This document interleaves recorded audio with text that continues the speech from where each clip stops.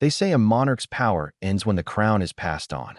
But what if one final signature, one last breath of ink, had the strength to rewrite the monarchy itself? What if Queen Elizabeth II's last act wasn't a farewell, but a reckoning? Before we continue, please hit the like button, subscribe to the channel, and turn on the notification bell for updates. The story begins not with a coronation or a scandal splashed across headlines, but in silence, the kind of silence that blankets Balmoral when the fog rolls in. Inside those ancient stone walls, the Queen's health had been described as comfortable, but insiders now admit that wasn't the full truth. The doctors weren't the only ones summoned to her side that week. Her private solicitor, the one who handled every royal estate since the early 70s, arrived quietly under escort. No announcement, no schedule entry, just a single car slipping through the gates under gray skies.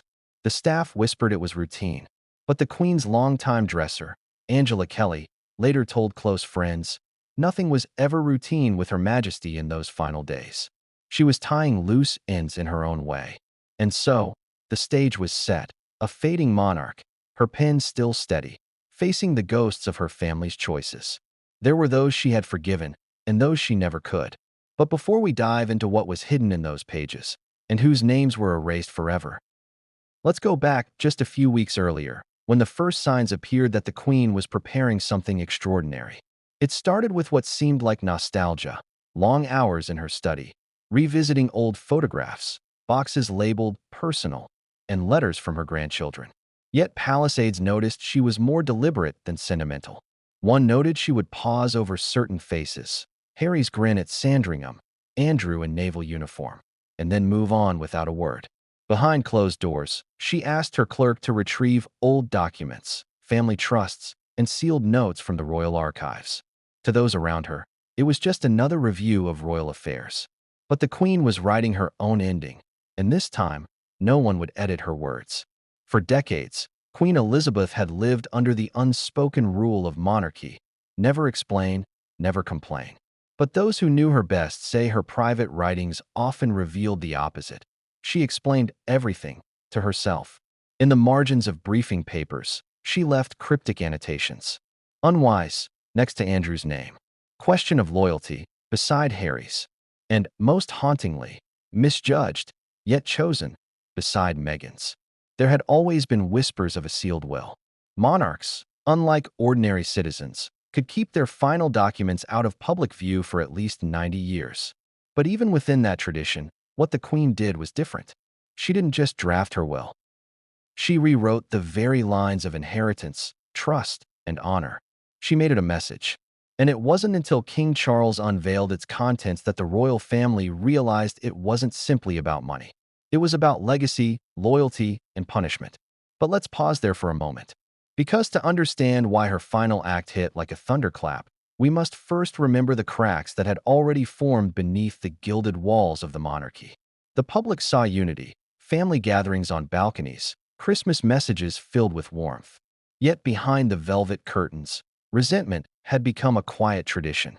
Prince Andrew's scandals had cast a long, stubborn shadow over the Windsor name.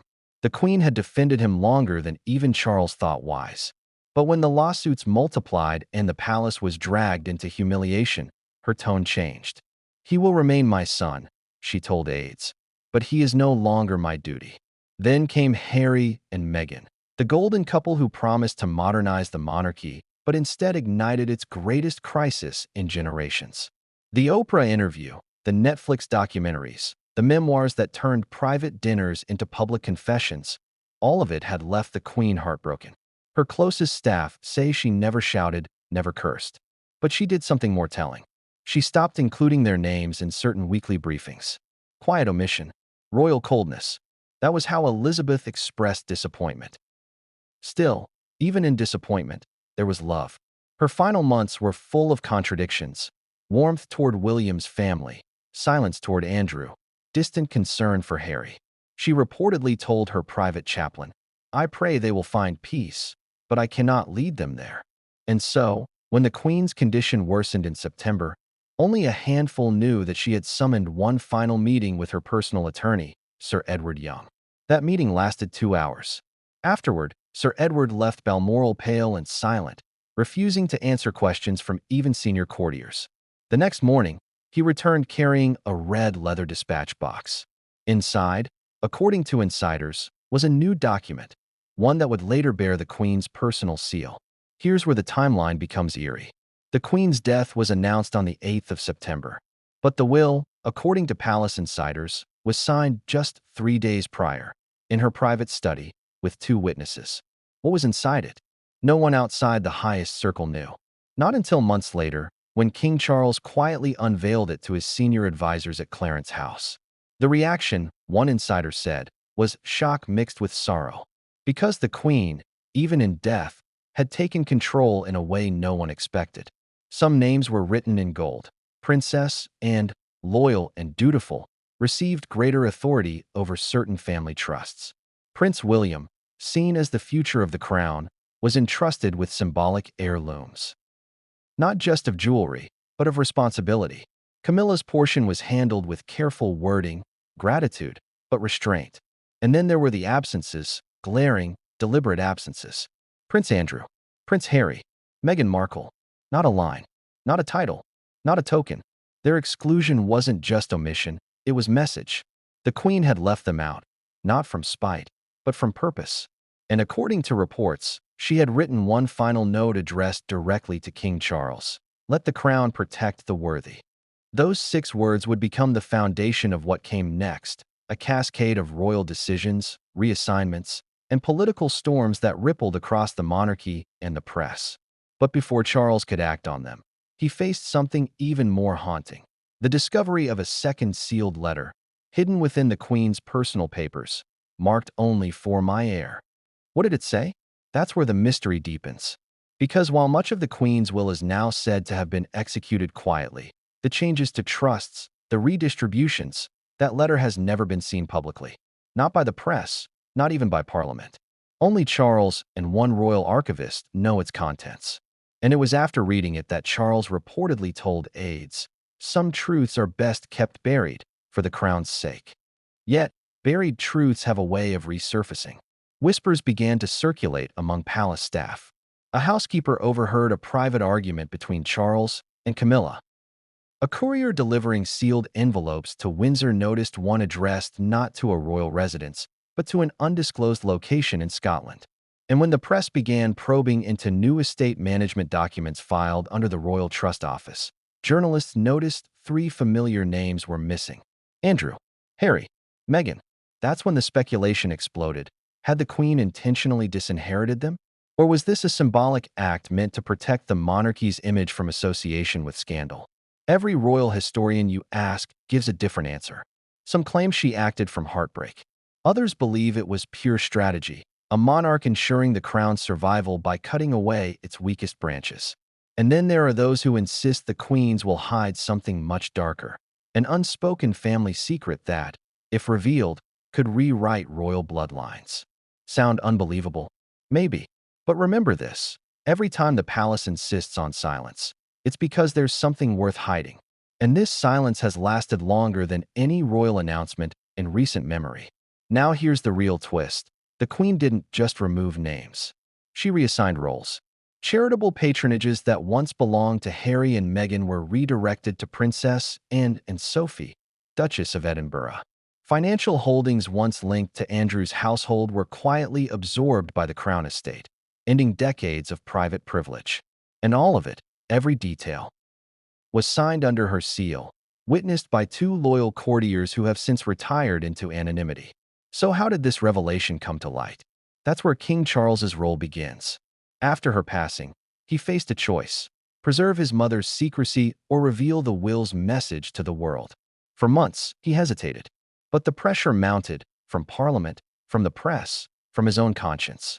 And when he finally chose transparency, it sent shockwaves through Buckingham Palace. The unveiling wasn't public. It wasn't televised or read from a podium. It happened in a closed meeting inside Clarence House, attended only by senior family members and advisors.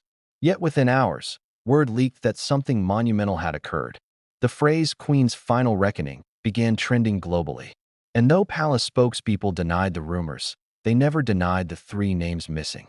And that silence, that deliberate silence, Was confirmation enough?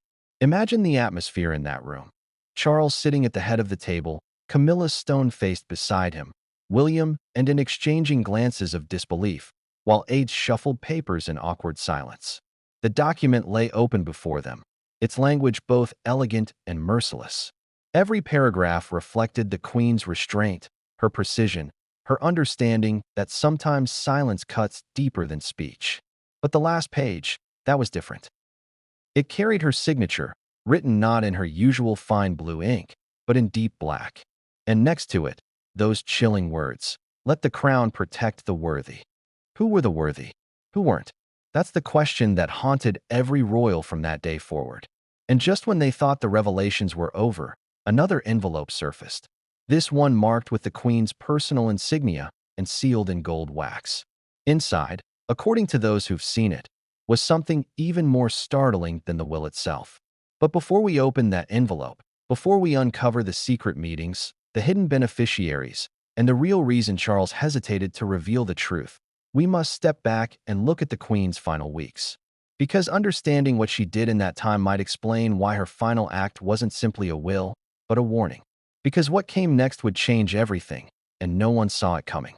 They say the truth hides in plain sight, but at Balmoral, the truth was sealed inside a single red envelope, and the walls themselves seemed to guard it. Have you ever wondered what happens behind the castle doors when a monarch's life quietly reaches its twilight? Not the headlines, not the ceremonies, but those last private hours when power is no longer public, only personal. Balmoral was more than just the Queen's summer retreat. It was her sanctuary. It was where she laughed without cameras, cried without witnesses, and, in those final days, made decisions that would shake the monarchy from the inside out. The air that September was heavy, cold, damp, and strangely still. Staff who'd served her for decades said the Queen's schedule had shifted. No morning rides, no afternoon tea outdoors, just long hours alone in her study, where the drapes stayed half-drawn even on clear days. A faint light would glow from the window late into the night. The kind of light that meant one thing in royal circles: Her Majesty was working. But on the evening before her final decline, something unusual happened. A black car arrived at Balmoral around 8:45 p.m. No fanfare, no escort. Inside was Sir Edward Young, the Queen's private secretary, a man known for his discretion and nerves of steel. Witnesses say he carried a slim briefcase bound with a leather strap. And according to one footman who later confided to a close friend, Her Majesty dismissed everyone from the study except Sir Edward. She said, "This is private." And that was it. No one saw her for hours after that. What could have been so important? What kind of business did a dying monarch conduct in secret, so close to the end? Inside the room, the fire crackled low. The Queen's hands trembled slightly, but her voice, those present later said, remained as steady as ever. "Edward," she reportedly began, "you and I have walked this line long enough. It's time to close it properly." From that point onward, no one outside the royal circle knows exactly what was said. But by dawn, Sir Edward was seen leaving her study carrying an envelope sealed with red wax, the royal insignia pressed deep and perfect. He placed it into his briefcase and left without saying a word. The next morning, palace staff noticed a change. The Queen was calm. Too calm. One aide described it as a strange peace, like someone who had finally finished their work. And that envelope? It was never seen again, at least, not until months later, when King Charles reportedly found it inside a locked drawer in her desk, accompanied by a note in her handwriting. "For your eyes only. Before you reign, you must read." But we're getting ahead of ourselves. Let's rewind to that night, to the hours when the Queen made her final decisions. At around 10:30 p.m., Sir Edward had brought in the draft documents, legal papers, updated trusts, letters of intent. He had done this before. Monarchs revise their wills periodically. It's part of royal procedure. But what made this night different was the Queen's insistence that every revision be witnessed, signed, and sealed immediately. There would be no second opinions, no legal delays. "Edward," she reportedly said, "history doesn't wait for permission." He hesitated. She was frail, her breathing shallow. But she waved off his concern. "I am of sound mind," she said, "and I know what must be done." In that moment, One of the most powerful women in the world was no longer thinking as a ruler, but as a mother, a grandmother, and perhaps a woman who had seen too much betrayal to leave anything to chance. And that's what makes this story so haunting. Because according to one aide, that sealed envelope didn't just contain her will, it contained instructions, orders, final wishes that would make her son's reign both easier and far more dangerous. When Sir Edward left Balmoral, he was pale. The usually composed secretary was said to have stumbled on his way to the car. The driver later recalled, he looked shaken, like he'd seen something he wished he hadn't. Hours later, the Queen's condition declined sharply. By morning, doctors were called to her bedside. The public heard phrases like comfortable and under supervision. But in truth, the palace was preparing for the inevitable. Meanwhile, that envelope began its own journey, passed from Sir Edward to the keeper of the privy purse, then secured inside the royal safe at Windsor. No one dared open it, not even Charles. It was to remain sealed until the official succession was complete. Why so much secrecy? Because of what it might contain. There are whispers, persistent, detailed whispers, that inside that envelope were two things: a revised list of royal beneficiaries and a personal letter addressed to King Charles, outlining her final assessment of the family. That phrase alone, final assessment, reportedly sent shivers through those who heard it. Imagine it, a monarch evaluating her own bloodline, measuring who had served the crown and who had betrayed it. And betrayal was a word the Queen did not use lightly. She had lived through Diana's rebellion, endured Charles's scandals, forgiven Andrew's disgrace longer than anyone thought possible, and watched Harry abandon the very institution she had devoted her life to protecting. Can you imagine the weight of that pen as she signed her name for the last time? But the envelope held more than just judgment. It contained power. The legal power to redistribute private estates, redefine royal trusts, and alter ceremonial positions. To the public, these might seem like symbolic gestures. But in the monarchy, symbolism is everything. It decides who stands beside the king, who represents the crown abroad, who inherits jewels, estates, and above all, legacy. So when that envelope finally reached Charles, what he found inside wasn't merely a will. It was a map of who the monarchy would become. Yet, before it ever got to him, there were attempts, discreet but noticeable, to intercept it. In the weeks following the Queen's passing, reports surfaced of unusual movements inside royal offices. File transfers marked urgent, classified dispatches logged outside standard channels. A single courier reportedly went missing for 3 hours en route between Balmoral and Windsor, his GPS signal dropping completely. When questioned, he said his car had broken down near a wooded area outside Perth. But investigators later found no record of mechanical failure, coincidence, or something more deliberate. By this point, the envelope had become the most guarded piece of paper in Britain. Only 2 people knew its location. Both swore to secrecy. And yet, just days before Charles's first address as king, word reached certain tabloids that the Queen left behind a personal directive that could redefine royal roles. Someone had talked, but no one knew what it meant. Not yet. Then came the first clue, subtle but telling. Buckingham Palace quietly adjusted its internal list of working royals. Andrew's name vanished completely. Harry and Meghan's entries were labeled non-active in official documentation. The announcement never came publicly, but insiders knew. The Queen's final will had been activated. Still, one question remained. Why Balmoral? Why there, of all places, would she make such a monumental decision? Because Balmoral wasn't just a residence. It was where the Queen went to be herself. It was where she felt closest to her late husband, Prince Philip, and farthest from the pressures of London. If there was ever a place she could make peace with her own choices, it was there. Some say she chose it deliberately, to shield her final act from outside interference. Others believe she was simply following tradition. But those who were there insist the atmosphere that night felt different, not like tradition, but destiny. Even the staff noticed it. The head chef later recalled that she requested her favorite dinner, smoked salmon and scrambled eggs, and insisted it be served on her personal china. She ate very little, he said, but she smiled. A quiet smile. The kind she had when she'd already decided something important. In those last quiet moments, the Queen wasn't just signing papers. She was sending a message, one that her family wouldn't understand until it was too late. When Charles finally took the throne, he faced more than the grief of losing his mother. He faced her words, her instructions, her judgment. And when he opened that sealed envelope, the truth inside nearly tore him apart. But we'll get to that moment later. First, you need to know about the people who witnessed those last signatures, the ones who stood by as the Queen sealed her destiny. Two names that have since disappeared from public view: her chaplain, Reverend Paul Wright, and her former equerry, Major James Upton. Both men were reportedly called to Balmoral the same night Sir Edward brought the documents. Both were seen leaving the study shortly before midnight, and both, within months, resigned from royal service without explanation. When asked about that night, Reverend Wright told a journalist, "It was sacred business, the kind that can't be discussed this side of heaven. Make of that what you will. But it's clear something extraordinary happened that night. Something that would set in motion one of the most dramatic transitions in modern royal history.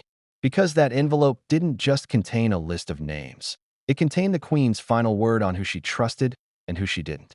And when the seal was finally broken, King Charles realized what every monarch before him had feared, that sometimes the greatest threat to the crown comes not from the outside world, but from within its own bloodline. But that discovery didn't happen immediately.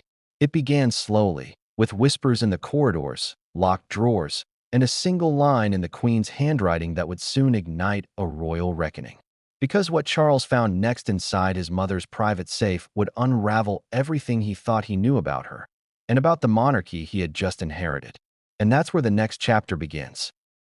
With a secret meeting the Queen held weeks before her death, one that no one knew about until long after she was gone. A meeting that revealed her true intentions and the reason she chose to write her will by hand. But what she told those in the room that night would change the monarchy forever, and no one, not even her own son, saw it coming. It began long before that envelope at Balmoral ever touched the Queen's desk. In truth, her will was only the final chapter of a secret story that had already been unfolding. One of whispered meetings, closed curtains, and unrecorded conversations that could never appear in royal diaries. The question is, what was she discussing and with whom? The first meeting happened in late July, just a few weeks before her health began to visibly decline. The Queen had canceled several public appearances, citing mobility issues. But behind the scenes, insiders noticed she was holding more private audiences than usual, unannounced visits that bypassed the standard royal calendar. The palace press office didn't know. Even her private secretary kept certain times blocked off without explanation. It started innocently enough. A quiet lunch with Princess and at Windsor Castle. The two had always shared an unspoken bond, a mix of mutual respect and unsentimental understanding. They didn't exchange empty compliments. They got to the heart of things. Duty doesn't end when we get tired, and once told her mother. It ends when we stop believing in it. That meeting was said to have lasted almost 3 hours. No aides present, no transcripts. But when and left, she looked pale. Not devastated, just serious, as though she'd been given a task she didn't ask for. What did the Queen tell her? According to one close friend of Anne's, the Queen confided that she wanted everything set right before the inevitable came. She spoke of how fragile the monarchy had become, how public trust had cracked under the weight of modern scandals. But what stood out most was something, and reportedly repeated later, in private. Mummy said some names can't stay tied to the crown forever, and didn't say which names. She didn't have to. The second meeting took place in early August. The Queen summoned her chaplain, Reverend Paul Wright, to Balmoral, weeks earlier than planned. Staff assumed it was for prayer or comfort, but sources later confirmed it was far more serious. The Queen wanted confession, not in the religious sense, but the moral one. She didn't want to die with questions left unanswered, Reverend Wright told a confidant later. She was deeply troubled, not about her legacy, but about her family. He described her tone as both weary and determined. She spoke of duty, faith, and forgiveness. But there was one line he couldn't forget. Even in forgiveness, some must still face consequence. It was as though she was preparing not just her soul, but her dynasty. 3 days later, Reverend Wright returned to Balmoral with handwritten notes. He had helped her outline certain moral directives, guidelines for how she wished her estates, patronages, and legacies to be managed after her death. The official paperwork came later, of course, under the careful eye of Sir Edward Young. But the emotional core of the Queen's decision came from that moment.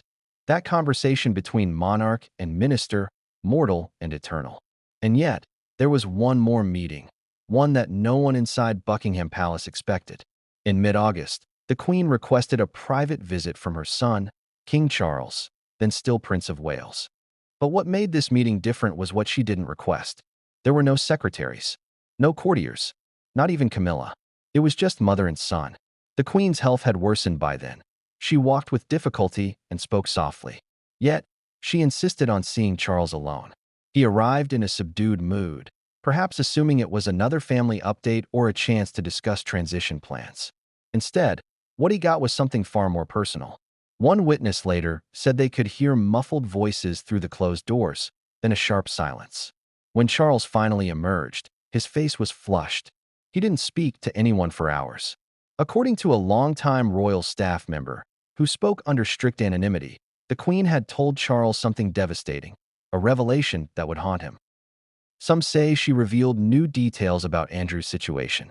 Others believe she confronted him about his handling of Harry and Meghan, perhaps even suggesting that the fallout of Megxit had been mishandled. But one theory stands above the rest, that she told him, in no uncertain terms, that certain royal privileges must end once she was gone.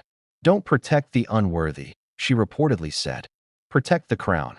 Those 6 words would echo months later in her will, and would become the very foundation of King Charles's most controversial decisions. But let's rewind. Because while those 3 meetings are now part of royal lore, there was a 4th one that few have dared to talk about. A meeting the palace has never officially confirmed, yet which sources insist took place quietly, under the cover of night. This one involved a man who hadn't seen the Queen in years, Prince Andrew. It said she requested him privately. No formal summons, no entourage. Just a message through her private secretary. "Come to Balmoral alone."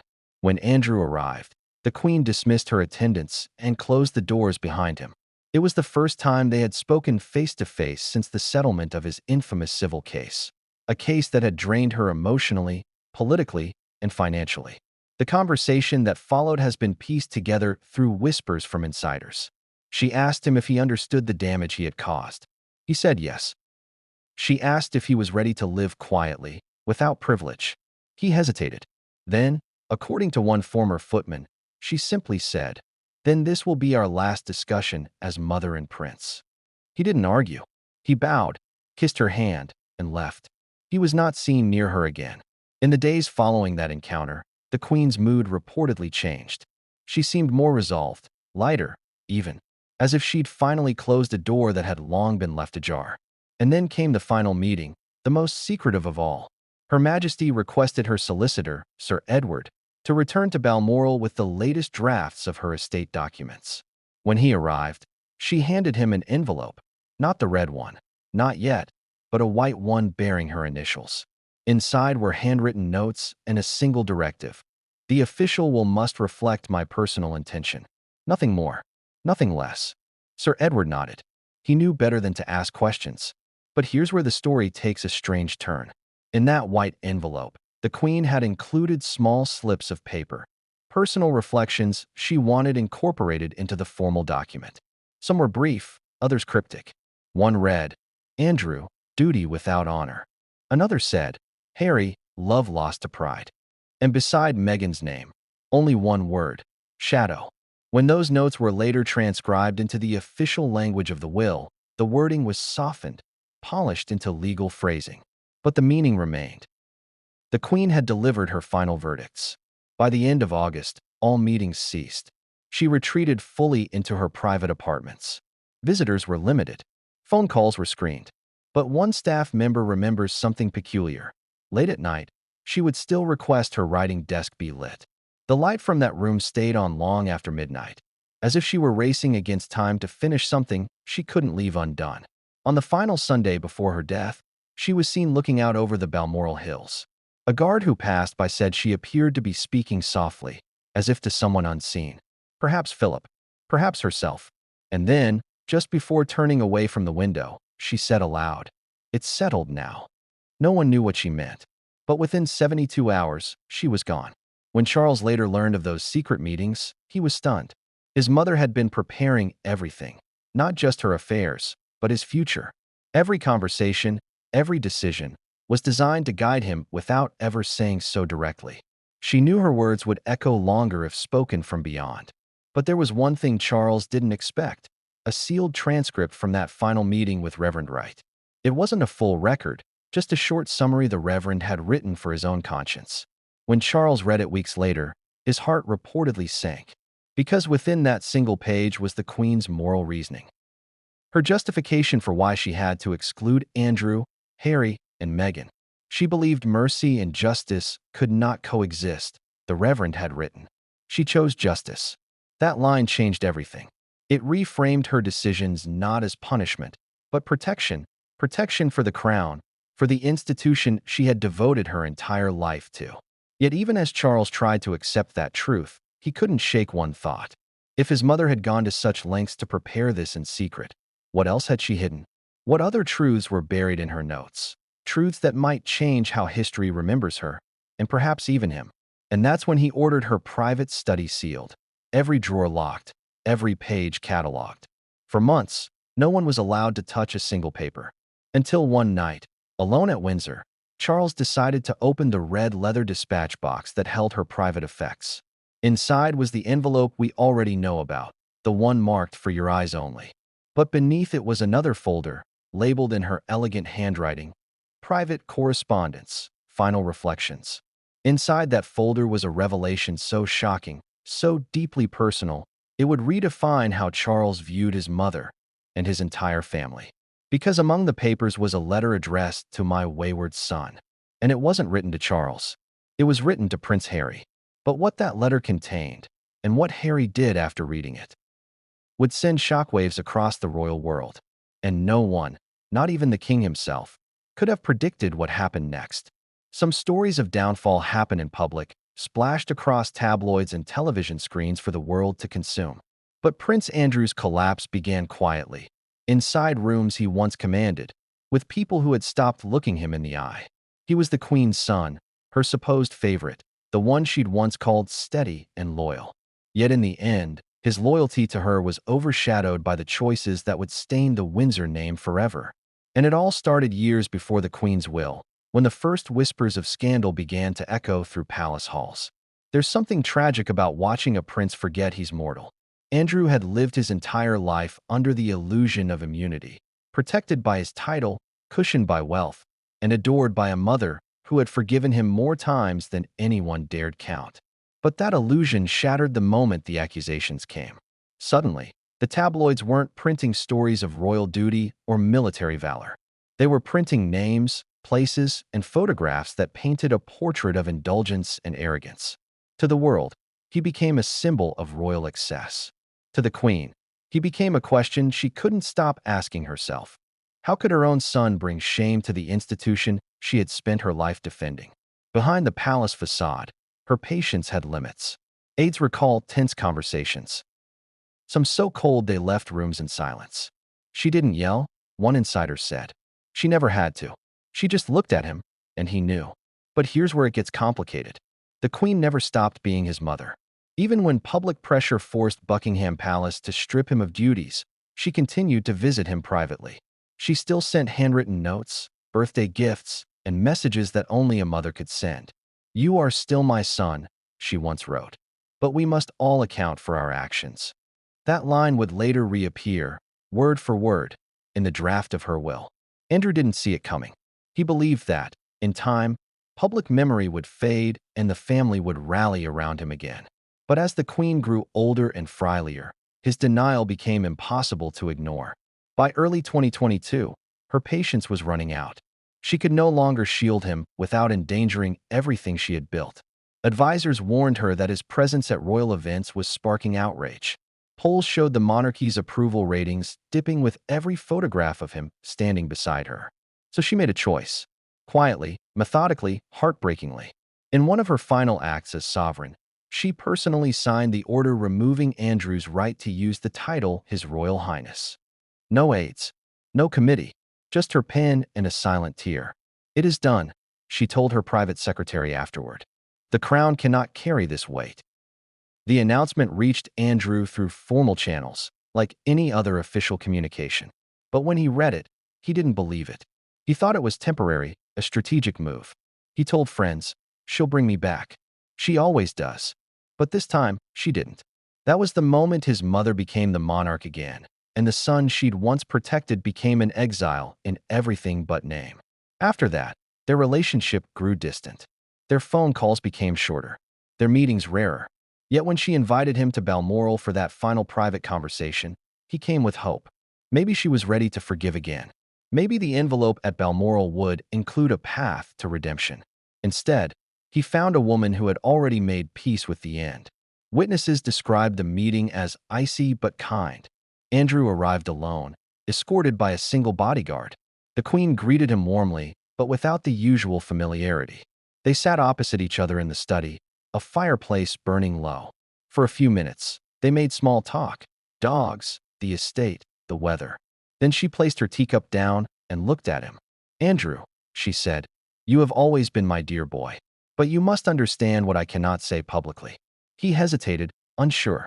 "I have forgiven you," she continued, "but the crown cannot." She explained that her legacy was no longer her own, that every decision she made now would either strengthen or endanger the monarchy. His scandals, she said, had become an anchor dragging the family down. "I cannot leave the institution in chains." Andrew reportedly tried to protest, insisting he'd been loyal, that he'd served his country. But she stopped him with a single raised hand. "Service is not a shield," she said. That line would later resurface in her private writings. When he left Balmoral that night, his eyes were red. For the first time in his life, the Queen hadn't protected him. And somewhere deep down, he knew that meant his royal life was over.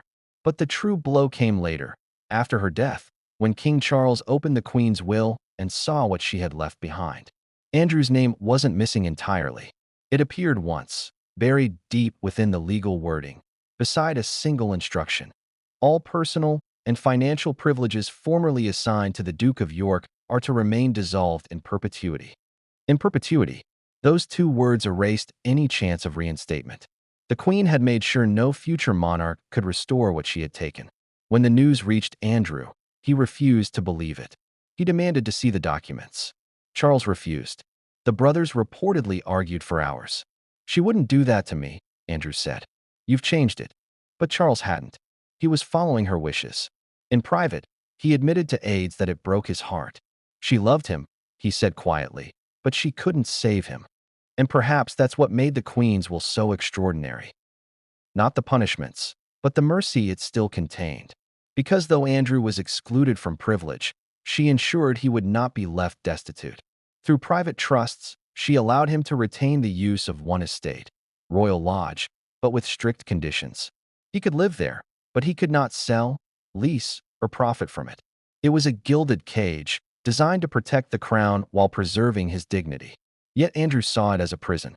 After the will's contents became known within royal circles, he reportedly fell into despair.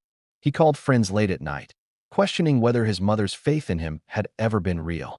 "She chose the crown over me," he said once. But those close to the Queen insist that wasn't true. She chose both, just not in the way he wanted. And that's the paradox of her love. It wasn't the warm, forgiving love of an ordinary mother. It was the disciplined, sacrificial love of a monarch, a love that protects the many, even if it wounds the few. Still, the public didn't know the full story. When journalists learned of Andrew's exclusion from the will, they framed it as punishment. But those who'd seen the full document knew it was something deeper. It was a reckoning. In her own handwriting, beside his name, she had added one final line: "Let him find peace in silence." That was her last wish for the son who had brought her so much pain. But Andrew couldn't stay silent for long. In the months following the will's unveiling, he began making quiet moves behind the scenes: calls to lawyers, letters to royal aides, even a proposal to handle certain royal charities again, in a private capacity. But every attempt was blocked. The message from Buckingham Palace was clear: the Queen's wishes stand. The frustration grew. One evening, according to insiders, Andrew showed up uninvited at Clarence's house, demanding an audience with his brother. The argument was heated, audible through the corridors. Witnesses say Charles remained calm until Andrew shouted, "You're destroying me." Charles's reply was chillingly simple. "No," he said, "you destroyed yourself. Mother just wrote it down." That was the last time the two spoke face to face for months. And yet, even as the dust settled, one rumor refused to die, that the Queen had written a separate letter for Andrew, sealed and stored alongside her will. When Charles finally found it, weeks after the funeral, he hesitated before reading. The handwriting was unmistakable. The letter was short. It contained only one sentence. "Remember what we are meant to serve." That was it. No anger, no explanation. Just a final reminder that even a prince serves something greater than himself. Those words still haunt the family today. Because if Andrew's fall was inevitable, it was also symbolic, a warning of what happens when personal desire eclipses royal duty.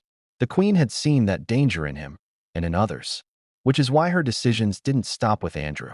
They extended across the ocean to another son in spirit, if not in loyalty. The one she once adored, the one she couldn't reach. Prince Harry. And when Harry learned of his own fate within that same will, his reaction made Andrew's look tame. Because the Queen hadn't just excluded him, she had written him a message that would shatter him.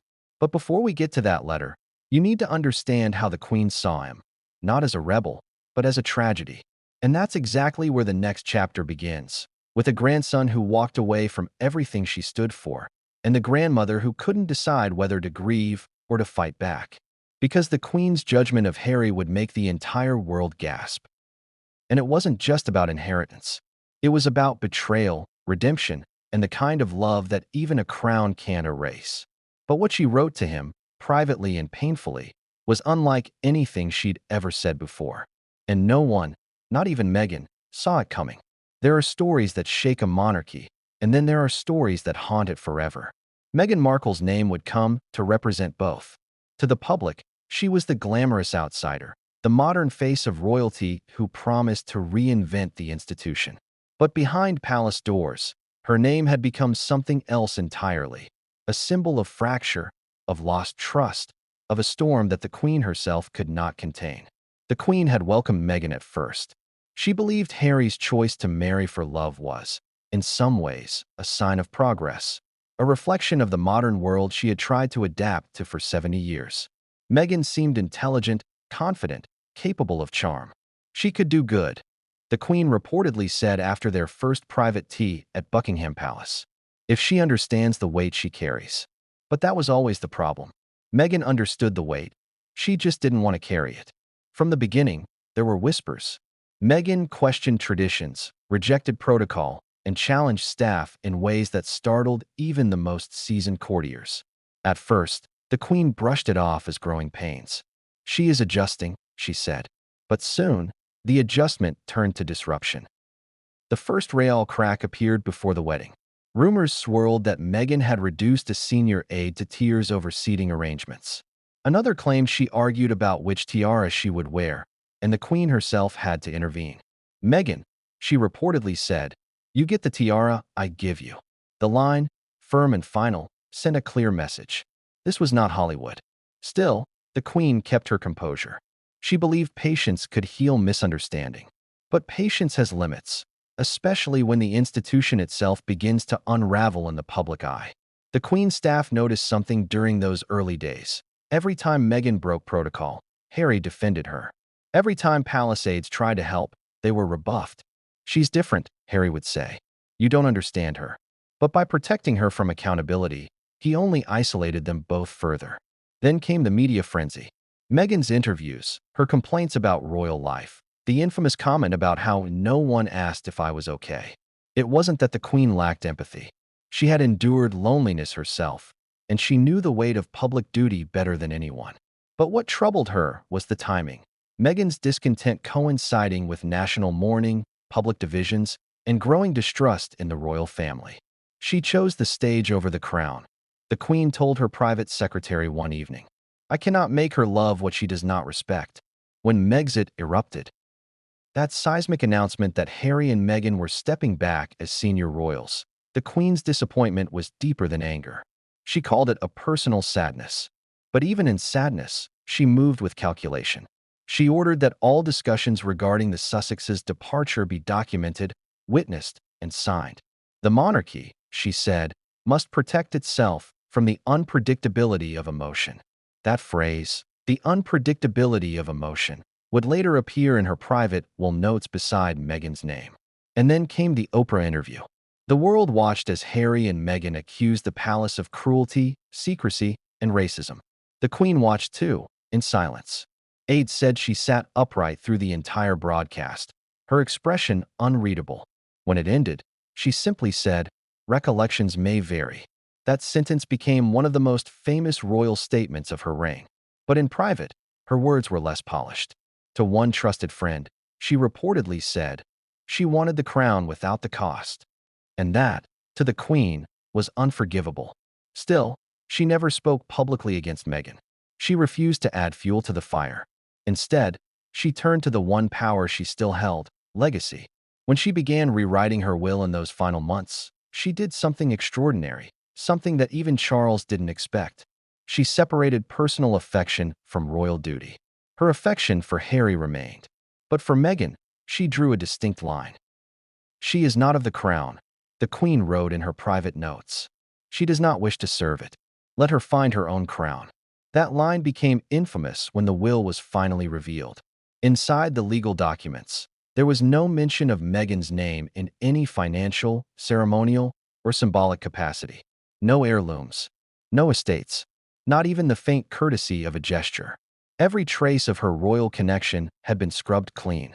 To the public, it looked cold. To those who understood the Queen, it was deliberate. She wasn't being spiteful. She was drawing boundaries, protecting what she had built from someone she believed didn't understand its value. But Meghan didn't take it quietly. When word of her exclusion reached California, she was said to have been stunned. At first, she believed the reports were false. "The Queen would never do that," she allegedly told her team. "She loved me." But when the truth was confirmed by royal sources, her tone changed. She felt betrayed. "After everything I endured, after everything I gave up," she said, "they erased me." Her lawyers began reviewing the details, looking for technicalities. Could the Queen's will even affect matters of royal title and recognition? Could Meghan contest a document so protected by secrecy laws? But even her attorneys quickly realized the futility. The Queen's will wasn't a public document. It couldn't be challenged in court. It existed beyond ordinary reach. A monarch's final decree, sealed by history itself. And so, Meghan turned to what she knew best, the media. A series of anonymous interviews began appearing in American magazines. Stories framed Meghan as misunderstood, painted the palace as archaic, and hinted that certain royal records had been misrepresented. But within weeks, those very articles backfired. Public sympathy began to wane. People started asking whether she had gone too far. Meanwhile, in London, Charles made a decision that stunned royal watchers. He instructed palace officials to quietly reassign Meghan's former patronages, the theater trusts, the animal charities, the women's initiatives, to Princess Anne and the Duchess of Edinburgh. It was a symbolic but decisive act, the monarchy moving on without her. One aide described the moment the Queen's handwritten notes about Meghan were read aloud during that private family meeting. "It was like a funeral," the aide said. "Not for a person, but for a relationship." And yet, the notes weren't cruel. They were heartbreakingly human. "She is gifted," the Queen had written, "but she sees the gift as burden, not calling." There was even a final line. "If she seeks peace, she may yet find it, but not here." To those words, Charles reportedly added his own in silence, "Amen." But the Queen's message went further than the will itself. In a separate sealed envelope addressed to the Duchess of Sussex, she left a short handwritten letter, one that Meghan didn't receive until weeks after the funeral. It was hand-delivered by a British diplomat in California. No royal crest, no fanfare, just an envelope marked personal. Inside, the Queen's handwriting was unmistakable, small, neat, precise. The letter contained only a few sentences. "You were loved because he loved you. But love alone cannot carry a crown. I wish you peace in the path you have chosen." Those who saw Meghan read the letter say she cried. For a long time, she said nothing. Then she folded the paper carefully and put it away. That night, she reportedly told Harry, "Your grandmother wrote to me." She said goodbye. Harry didn't reply. He just sat there, silent, because he knew his letter, his own final message from the Queen, was still waiting in Windsor. And when he opened it, everything he thought he knew about her love, his place, and his future would collapse. But before we open that envelope, let's pause on one final twist, something even Charles didn't know. In her private journals, the Queen had written about Meghan long before the scandals, long before the headlines. She had sensed something. Charm is her armor, she wrote. But behind it, there is restlessness, a heart searching for meaning, not service. That entry, dated 2018, showed just how early the Queen had seen what others missed. She didn't hate Meghan. She pitied her. But pity is a fragile mercy. And by the end, mercy had given way to necessity. The monarchy could not afford another fracture. And so, when the Queen sealed her will, she sealed Meghan's chapter too. Yet, Meghan's story wasn't over. Because after the will was made public and the world absorbed its meaning, she made a move no one saw coming. A new interview, a new revelation, and a statement that would send shockwaves across both sides of the Atlantic. "I think," she said, "there's more to the Queen's will than anyone has told us. And if the world knew what she really wrote, it would change everything." What did she mean? What secret was she hinting at? Because that single interview would set off a chain of events, leaks, counterleaks, investigations, that would lead back to Windsor itself and to the one person who knew exactly what the Queen had written to Harry. And when that letter was finally read aloud, even the King would struggle to hold back tears. Because the Queen's message to her grandson wasn't punishment. It was prophecy. And the moment Harry understood it, his entire life, and the monarchy's future, changed forever. It's hard to imagine the weight of being born into a story already written for you. A story that begins with grandeur and expectation, yet ends with exile and doubt. For Prince Harry, that was his destiny. But what he didn't know was that the Queen, his grandmother, had written one final chapter for him. One that would expose his deepest wounds and leave him questioning everything he thought he knew about love, loyalty, and legacy. When King Charles first opened the letter marked, "To my wayward son," he thought it was meant for him. After all, no monarch expects their mother to leave a message for someone who has publicly renounced the crown. But as he began to read, it became clear the tone was softer, more personal. This wasn't written to a king. It was written to a boy she had once cradled in her arms. Harry. The Queen's handwriting was delicate, her sentences deliberate. "My dearest grandson," it began, "you were born with your mother's heart and your father's temper. One made you loved, the other made you restless." Those words alone were enough to make Charles pause. He knew immediately that Harry needed to see this, that this letter wasn't meant to stay sealed away in Windsor. So he ordered it sent, through the most private channels, to California. But before we open that letter with Harry, let's go back to the days before it was written. Because understanding the Queen's words means understanding what she saw in him, and how, in her eyes, the boy she adored had slowly become a stranger. The Queen had always had a soft spot for Harry. He made her laugh when others made her sigh. Where William was measured and cautious, Harry was spontaneous, irreverent, the spark that lit up even her most formal gatherings. "He's the one who makes me forget I'm the Queen," she once joked. But as Harry grew older, that spark turned into volatility. After Diana's death, the grief hardened him.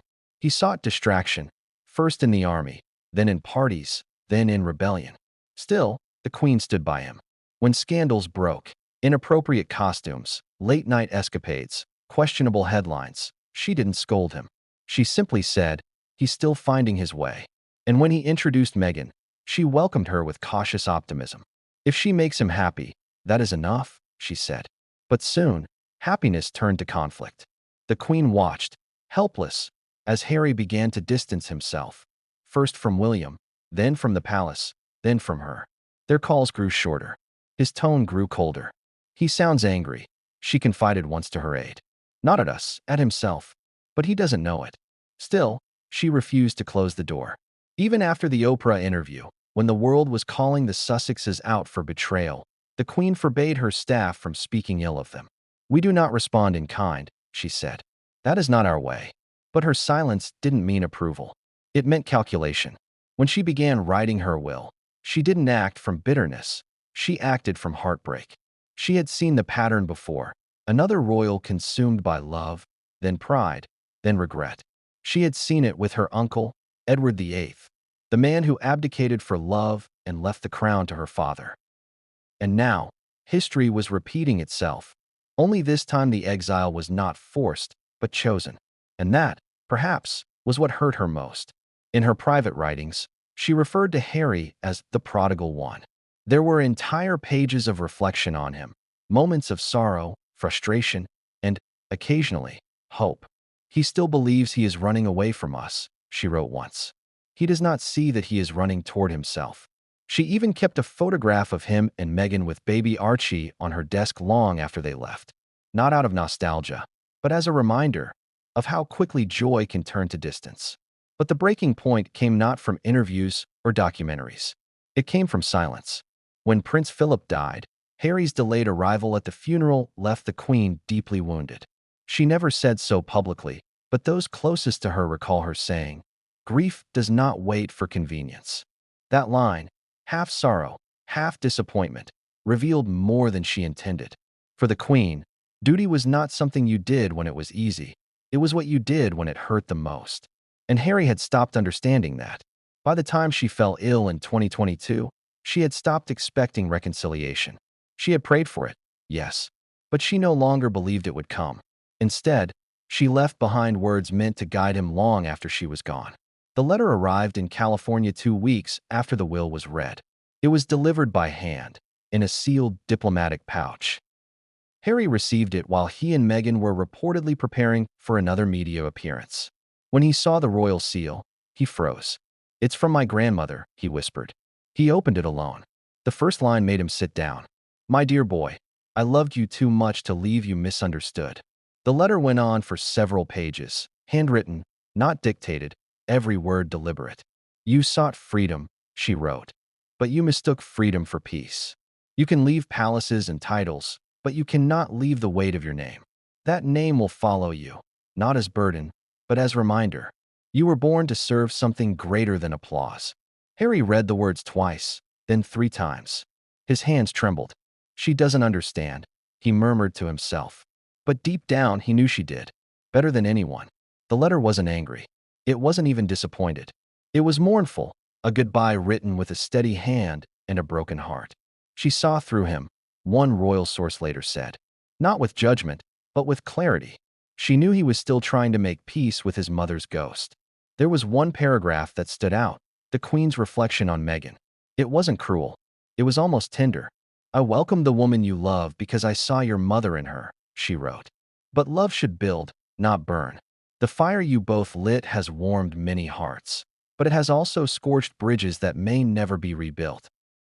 I pray one day you find the right balance between warmth and flame." Harry's eyes welled as he read those words. For the first time in years, he didn't feel defiant. He felt small. And then came the part that would haunt him forever. "When the time comes, and the crown weighs upon your brother's head, remember this. You are not his shadow. You are his mirror. And if the mirror turns dark, the crown will too." He didn't understand what she meant, not fully, but it lingered in his mind for days. At the end of the letter, she had written something that broke even Charles when he read it. "Do not come home to reclaim what you've lost. Come home when you remember who you are." No signature, just her initials. Yar. That was it. Harry sat in silence for hours. Meghan found him later, the letter folded beside him. "What did she say?" she asked. "She forgave me," he said quietly. "But she also warned me." From that day, those around Harry noticed a change. He became quieter, more reflective. The defiance that once defined him began to fade, replaced by a kind of unease. He started reaching out, cautiously, to his brother's office. A few short messages. No replies. In private, he admitted to a friend, "It's strange. I spent years trying to escape her shadow, and now all I want is to hear her voice again." He began rereading the letter almost daily. And each time, new meanings seemed to appear between the lines. He fixated on one phrase. "You can leave palaces and titles, but you cannot leave the weight of your name." The more he thought about it, the more he realized what she had been trying to tell him. Freedom, as he had imagined it, wasn't the absence of duty, it was the acceptance of it on his own terms. And that realization terrified him, because it meant he couldn't run anymore. Months later, when Charles invited him back to Britain for a brief visit, Harry carried that letter in his jacket pocket the entire time. During a private audience, he reportedly placed it on the table in front of his father. "She understood me better than I thought," he said. Charles nodded, though he didn't speak. The silence between them wasn't comfortable, but it wasn't hostile either. It was the silence of two men who had both lost the woman who once bridged them.